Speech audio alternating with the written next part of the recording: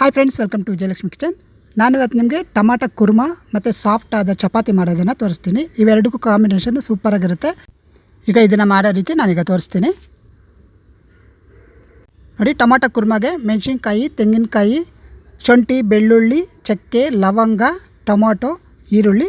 ಮೊದಲಿಗೆ ತೆಂಗಿನಕಾಯಿ, ಚಕ್ಕೆ, ಲವಂಗ, ಶುಂಠಿ, ಬೆಳ್ಳುಳ್ಳಿ, ಮೆಣಸಿನ್ಕಾಯಿನ ಈಗ ನುಣ್ಣಗೆ ಇದನ್ನು ರುಬ್ಕೋಬೇಕು ನೋಡಿ. ಇದನ್ನು ನುಣ್ಣಗೆ ರುಬ್ಕೊಂಡಿದ್ದೀನಿ. ಈಗ ನೆಕ್ಸ್ಟು ಟೊಮಾಟೊ ರುಬ್ಕೋಬೇಕು. ಈಗ ಟೊಮೊಟೊನ ಒಂದು ಸಾರಿ ನುಣ್ಣಗೆ ರುಬ್ಕೊಳ್ಬೇಕು. ಎರಡನೇ ಸಾರಿ ಸ್ವಲ್ಪ ಹಾಕಿ ಅದ್ರ ಜೊತೆಯಲ್ಲಿ ಸ್ವಲ್ಪ ಈರುಳ್ಳಿ ಹಾಕಿ ರುಬ್ಕೋಬೇಕು. ಈಗ ಟೊಮೊಟೊ ಈರುಳ್ಳಿನ ನುಣ್ಣಗೆ ರುಬ್ಕೋಬೇಕು ನೋಡಿ. ಎಲ್ಲ ರುಬ್ಕೊಂಡಿದ್ದೀನಿ. ಈಗ ನೆಕ್ಸ್ಟ್ ಪ್ರಾಸೆಸ್ ತೋರಿಸ್ತೀನಿ. ಈಗ ಪಾತ್ರೆ ಇಟ್ಟು ಅದಕ್ಕೆ ಎಣ್ಣೆ ಹಾಕಿದ್ದೀನಿ. ಈಗ ಚಕ್ಕೆ, ಲವಂಗ, ಸೋಂಪು ಸ್ವಲ್ಪ ಬಾತೆಲೆ ಹಾಕಬೇಕು. ಫ್ಲೇವರ್ ತುಂಬ ಚೆನ್ನಾಗಿರುತ್ತೆ. ಇದನ್ನು ಚೆನ್ನಾಗಿ ಫ್ರೈ ಮಾಡ್ಕೋಬೇಕು. ಇದು ಫ್ರೈ ಆಗ್ತಾ ಇದ್ದಂಗೆ ಇವಾಗ ಈರುಳ್ಳಿ ಹಾಕಬೇಕು.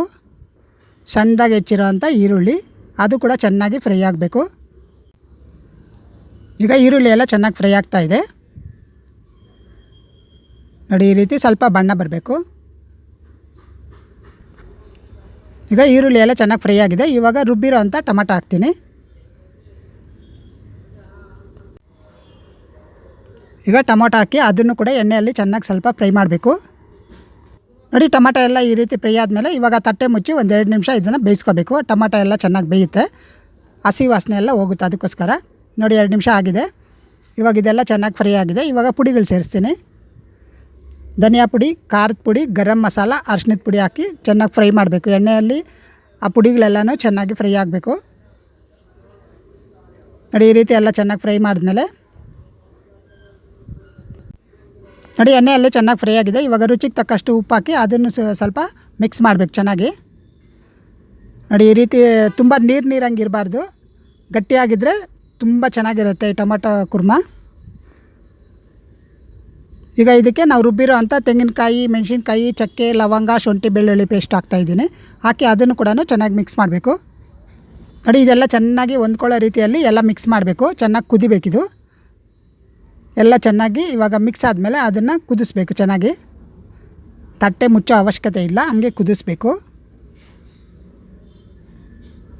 ನೋಡಿ. ಇವಾಗ ಚೆನ್ನಾಗಿ ಕುದೀತಾ ಇದೆ. ಈಗ ಇದಕ್ಕೆ ಸ್ವಲ್ಪ ಮಿಕ್ಸಿಗೆ ರುಬ್ಬಿರೋ ಅಂಥ ಮಿಕ್ಸಿಯಲ್ಲಿನೇ ಸ್ವಲ್ಪ ನೀರು ಹಾಕಿ ಹಾಕ್ತಾಯಿದ್ದೀನಿ.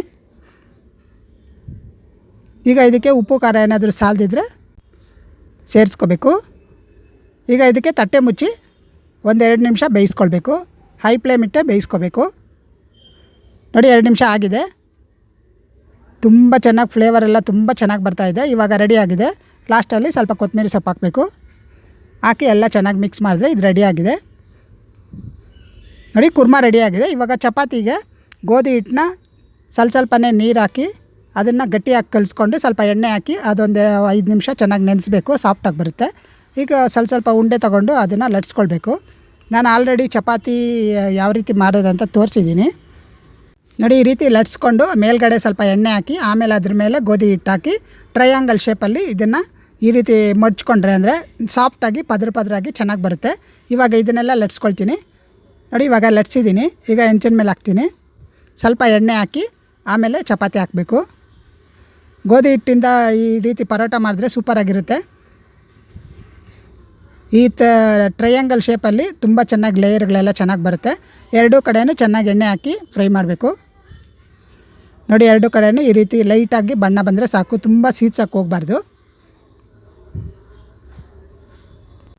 ಎರಡೂ ಕಡೆಯೂ ಸ್ವಲ್ಪ ಎಣ್ಣೆ ಹಾಕಬೇಕು. ಸ್ವಲ್ಪ ಈ ಪದರ ಚಪಾತಿಗಳಿಗೆ ಸ್ವಲ್ಪ ಎಣ್ಣೆ ಜಾಸ್ತಿ ಹಿಡಿಯುತ್ತೆ, ಆಗಲೇ ಅದು ಲೇಯರ್ಗಳೆಲ್ಲ ಚೆನ್ನಾಗಿ ಬರೋದು ನೋಡಿ. ಚಪಾತಿ ಈ ರೀತಿ ಎರಡೂ ಕಡೆಯೂ ಸ್ವಲ್ಪ ಬಣ್ಣ ಬಂದರೆ ಸಾಕು. ಇವಾಗ ಇದನ್ನು ತೆಗೆದು ಇನ್ನೊಂದು ಹಾಕ್ತೀನಿ. ಇಷ್ಟು ಬಣ್ಣ ಬಂದರೆ ಸಾಕು. ಈಗ ಇನ್ನೊಂದು ಚಪಾತಿ ಮಾಡ್ತಾಯಿದ್ದೀನಿ. Same process. ಸ್ವಲ್ಪ ಎಣ್ಣೆ ಹಾಕಿ ಆಮೇಲೆ ಚಪಾತಿ ಹಾಕೋದ್ರಿಂದ ಅದು ಸೀದೋಗೋದಿಲ್ಲ, ಚೆನ್ನಾಗಿ ಬೇಯುತ್ತೆ. ಅದಕ್ಕೋಸ್ಕರ ಸ್ಟಾರ್ಟಿಂಗಲ್ಲಿ ಸ್ವಲ್ಪ ಎಣ್ಣೆ ಹಾಕಬೇಕು. ಈಗ ಎರಡೂ ಕಡೆಯೂ ಎಣ್ಣೆ ಹಾಕಿ ನೋಡಿ. ಈ ರೀತಿ ಎರಡೂ ಕಡೆಯೂ ಚೆನ್ನಾಗಿ ಎಣ್ಣೆ ಹಾಕಬೇಕು. ಯಾವಾಗ ಪರೋಟ ಮಾಡಬೇಕಂದ್ರೆ ಕೂಡ ಎಣ್ಣೆ ಸ್ವಲ್ಪ ಜಾಸ್ತಿ ಹಾಕಬೇಕು. ಆವಾಗಲೇ ಚೆನ್ನಾಗಿ ಲೇಯರು ಚೆನ್ನಾಗಿ ಬರುತ್ತೆ. ಇನ್ನು ಬೇರೆ ಬೇರೆ ರೀತಿಯಲ್ಲಿ ಕೂಡ ಫೋಲ್ಡಿಂಗ್ ಮಾಡ್ಬೋದು. ನಾನು ತೋರಿಸಿದ್ದೀನಿ ಆಲ್ರೆಡಿ ನೋಡಿ. ಎರಡೂ ಕಡೆಯೂ ಚೆನ್ನಾಗಿ ಎಣ್ಣೆ ಹಾಕಬೇಕು. ಸ್ವಲ್ಪ ಈ ರೀತಿ ಬಣ್ಣ ಬಂದರೆ ಸಾಕು, ತುಂಬ ಸೀದ್ಸಕ್ಕೆ ಹೋಗಬಾರ್ದು. ಇವಾಗ ರೆಡಿಯಾಗಿದೆ. ಸರ್ವಿಂಗ್ ಪ್ಲೇಟ್ ತೆಗಿತೀನಿ ನೋಡಿ. ತುಂಬ ರುಚಿಕರವಾದ ಟೊಮೊಟೊ ಕುರ್ಮಾ ಮತ್ತು ಸಾಫ್ಟಾದ ಚಪಾತಿ ಇವೆರಡಕ್ಕೂ ಸೂಪರಾಗಿರುತ್ತೆ ಟೇಸ್ಟು. ಟೊಮೊಟೊ ಕುರ್ಮಾ ತುಂಬ ಸೂಪರಾಗಿ ಬಂದಿದೆ. ಇದೇ ರೀತಿ ಒಂದು ಸಾರಿ ಟ್ರೈ ಮಾಡಿ. ಓಕೆ ಫ್ರೆಂಡ್ಸ್, ಆದಷ್ಟು ನನ್ನ ವೀಡಿಯೋನ ಲೈಕ್, ಶೇರ್, ಸಬ್ಸ್ಕ್ರೈಬ್ ಮಾಡಿ. ಪಕ್ಕದಲ್ಲಿರೋ ಬೆಲ್ಲೈಕನನ್ನು ಒತ್ತಿ. ನನ್ನ ಎಲ್ಲ ರೆಸಿಪಿಗಳು ತಕ್ಷಣ ಬರುತ್ತೆ. Thank you.